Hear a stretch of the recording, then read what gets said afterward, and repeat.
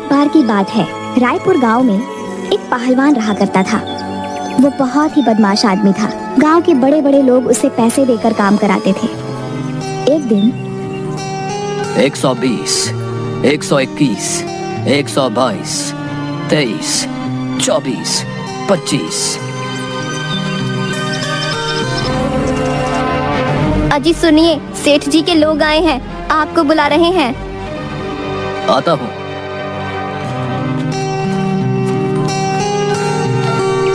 हाँ बताओ, क्या काम है? वो सेठ जी ने बुलाया तुम्हें, तुम्हारे लिए एक काम है, मोटा पैसा मिलेगा इस बार। दोनों मुस्कुराने लगे। आता हूँ, अभी रुको। इसके बाद मल्लू पहलवान तैयार होकर सेठ जी के घर पहुंचा।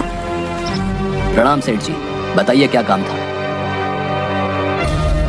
आओ मल्लू पहलवान, बैठो। वो हमारे गांव का भीखू है ना, उसने मुझसे कुछ पैसे लिए थे, लेकिन इस बार उसकी फसल खराब हो गई है। अब वो कह रहा है कि अगले साल दूंगा। अब भला इन लोगों की सुनता रहा तो एक दिन सड़क पर आ जाऊंगा। तुम समझ रहे हो ना मैं क्या कह रहा हूँ? हाँ सेठ जी, समझ गया। जे बात, अब तुम ऐसा करो कि उसे धमकाओ और पैसे देने को कहो। ये काम मैं अपने आदमियों से भी करवा सकता हूँ, लेकिन ये सब किसी काम के नहीं, इसीलिए मैंने तुम्हें बुलाया है। इसीलिए जो भी करना है ध्यान से करना है। जी सेठ जी। ये रहा अभी थोड़ा पैसा, बाकी काम खत्म होने के बाद मिलेगा। काम हो जाएगा। इसके बाद मल्लू पहलवान भीखू के घर पहुंचा। भीखू, ओ भीखू। क्या हुआ भाई? अब ये बता, सेठ का पैसा कब तक देगा? भाई मेरी फसल खराब हो गई है, मेरे पास इतने पैसे नहीं है जिससे मैं सेठ जी का कर्ज दे सकूं। चुपचाप देता है या नहीं? मल्लू ने भीखू के सर पर डंडा मारकर उसे बेहोश कर दिया। छोड़ दो मेरे बेटे को, छोड़ दो, हम धीरे धीरे सेठ जी का पैसा दे देंगे। जाने दीजिए इन्हें, ये लीजिए। पत्नी ने अपने कान के कुंडल निकालकर पहलवान को दे दिए। लीजिए, इससे इस साल का कर्ज उतर जाएगा। पहले ही दे देते तो भीखू को यूं पीटना नहीं पड़ता। चलता हूँ मैं अब। भीखू की हालत देखकर भीखू की पत्नी और उसकी माँ रोने लगी। इसके बाद मल्लू पहलवान सेठ जी के घर पहुंचा। ये लीजिए सेठ जी। अरे वाह, मुझे पता था तुम जरूर काम पूरा करके ही आओगे। इन नालायकों को तो धमकाना भी नहीं आता। ये लो तुम्हारे बाकी के पैसे, जाओ मजे करो। धन्यवाद सेठ जी, कोई काम हो तो जरूर याद करना। इसके बाद मल्लू पहलवान वहाँ से चला गया। रास्ते में उसे एक जूस वाला मिला। 4 गिलास गन्ने का जूस बना दो भाई। जरूर भैया, अभी बना देता हूँ। ये लीजिए भैया जी। मल्लू ने 4 गिलास गन्ने का जूस पीने के बाद मल्लू जाने लगा। भैया जी, पैसे तो दे दीजिए। मुझसे पैसे लेगा? अपना ठेला बंद करवाना चाहता है क्या? नहीं भैया जी, माफ कर दीजिए, गलती हो गई। आप जाइए, नहीं चाहिए हमको पैसा। ये की अक्लमंदी की बात। इसके बाद मल्लू पहलवान घर लौट आया। सुनो, जरा खाना लगा दो, बड़ी भूख लगी है। अभी लाई। और जी, क्यों आए थे वो आदमी? अब किसको मार कर आ रहे हो? जब देखो मारपीट लगा रखी है। आप कोई काम क्यों नहीं पकड़ लेते? कब तक यूं ही मारपीट करते रहेंगे? तुम अपना काम करो, मुझे मत सिखाओ मुझे क्या करना है, समझी? जाओ, अब खाना लेकर आओ। मुझे तो नौकर बना कर रखा है इस घर में, बस लाती हूँ। मल्लू ने खाना खाया। शाम को मल्लू बाहर टहलने निकला। उसने चलते हुए एक ठेले से 2 आम उठा लिए। ठेले वाला बिना कुछ बोले चला गया। इसके बाद मल्लू भी वहाँ से आगे चला गया। मल्लू दुकानों में गया और हफ्ता मांगने लगा। उसके डर के कारण सभी लोग उसे हफ्ता दे दिया करते थे। और नाथूलाल, इस बार की मिठाइयाँ घर नहीं पहुँची, पहले ही बता देता हूँ, दोबारा बोलने की जरूरत ना पड़े। बस समझ गए ना? मिठाइयाँ समय पर घर पर पहुँच जानी चाहिए। जी समझ गया। वो बस जो है लड़का थोड़ा बीमार था, वो जैसा ही आएगा आपके घर पहुँचा दूंगा सारा सामान। ठीक है, बाकी भी सुनो, कल तक घर पर सारा सामान पहुँच जाना चाहिए, ठीक है? इसके बाद मल्लू पहलवान अखाड़े चला गया। अरे मल्लू, यहाँ कैसे आना हुआ? बस भैया, सोचा आपसे मिल लूं। अरे जब से तू गया है तब से इस अखाड़े की मानो रौनक चली गई है। तेरे जैसा ना कोई था न कोई बन पाएगा। ये सारे तो पीले चूजे ही रह जाएंगे। आप तो खामखा ही मेरी तारीफ कर रहे हैं भैया। आपसे मिल लिया, बस आज का दिन बन गया। अपने चूजों को कहो कि खाना पीना खाया करें। क्या ये सूखा सा शरीर लेकर घूम रहे हैं? बाकी पहलवान गुस्से से उसकी तरफ देखते हुए चले गए। चलिए भैया, अब मैं चलता हूँ। ठीक है मल्लू, ठीक है। इसके बाद मल्लू पहलवान घर की तरफ चल पड़ा। आ गए लोगों को धमका के। डर के मारे लोगों ने क्या क्या भेजा है। क्यों करते हो ये सब? जब देखो तुम कच कच करती रहती हो। कभी चुप भी रह लिया करो। जिससे तुम मेरा डरना धमकाना कहती हो ना, इसी के बदले घर में राशन आता है। तुम्हारे लिए साड़ियाँ आती हैं। ये जो बढ़िया बढ़िया चीज तुम देख रही हो ना, वो आती है। आज के बाद अगर तुम कुछ बोली ना तो तुम्हें तुम्हारे मायके भेज दूंगा, समझी? जब देखो सर में दर्द करके रखा है। शारदा रोते रोते अंदर चली गई। उस दिन दोनों बिना खाए सो गए और उस दिन के बाद से दोनों के बीच बातचीत बंद हो गई। दोनों अपना अपना काम करते और सो जाते। इसी तरह दिन बीतते गए। एक दिन मल्लू पहलवान नशे की हालत में रात को घर जा रहा था। तभी रास्ते में उसे कुछ लोगों ने पकड़ लिया और उससे मारपीट करने लगे। ए, मारो ना इसे, मारो। जब तक इसका घमंड नहीं जाएगा तब तक मारो इसे। बड़ा घमंड है ना इसे खुद पर। आज इसका घमंड ही तोड़ते हैं। मारो और मारो। तभी वहाँ साइकिल में एक आदमी आ रहा होता है। उसके टॉर्च की रोशनी को देखकर वह डर गए। ए, जल्दी निकलो ना यहाँ से, लगता है कोई आ रहा है। भागो, जल्दी भागो। बचाओ, कोई है, मदद करो मेरी, बचाओ मुझे। ये आवाज किसकी है? साइकिल वाला आदमी जब थोड़ा पास आया तो उसने देखा कि एक आदमी अधमरी हालत में जमीन पर पड़ा हुआ था। कौन हो भाई? उसने टॉर्च उसकी तरफ की तो पाया कि वह तो पहलवान है। मल्लू पहलवान। क्या करूं? इसे कैसे बचाऊं? बचाऊं या नहीं? मैं भी ये सब क्या सोच रहा हूँ। अगर मैं भी उन सब की तरह हरकतें करने लगा तो उनमें और मुझ में क्या फर्क रह जाएगा।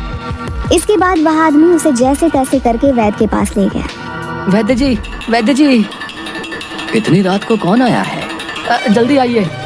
क्या हुआ बेटा? वैद्य जी, इसका इलाज कर दीजिए वरना ये मर जाएगा। ये तो मल्लू पहलवान है, इसे बचाना चाहते हो तुम?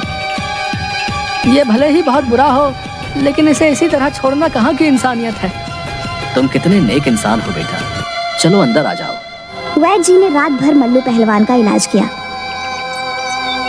सुबह होते ही मल्लू पहलवान को होश आया। मैं कहाँ हूँ? हिलो मत। तुम रात को रास्ते पर अधमरी हालत में पड़े हुए थे। वो तो भला हो भिखू का जो तुम्हें आधी रात को यहाँ लेकर आया और मुझे तुम्हें ठीक करने के लिए प्रार्थना करने लगा। देखो मल्लू, सुधर जाओ बेटा। क्या रखा है इन चीजों में? बाकी तुम्हारी इच्छा। इन सब के बाद मल्लू पहलवान बहुत दुखी हो गया। वह जैसे तैसे अपने घर पहुंच गया। आपकी हालत किसने की? आप ठीक तो है ना? कल रात भर आप कहाँ थे? आप घर क्यों नहीं आए? सारे सवाल बाहर ही पूछोगी, कुछ सवाल बात के लिए भी रख लो। मैं भी ना। आप अंदर आ जाइए।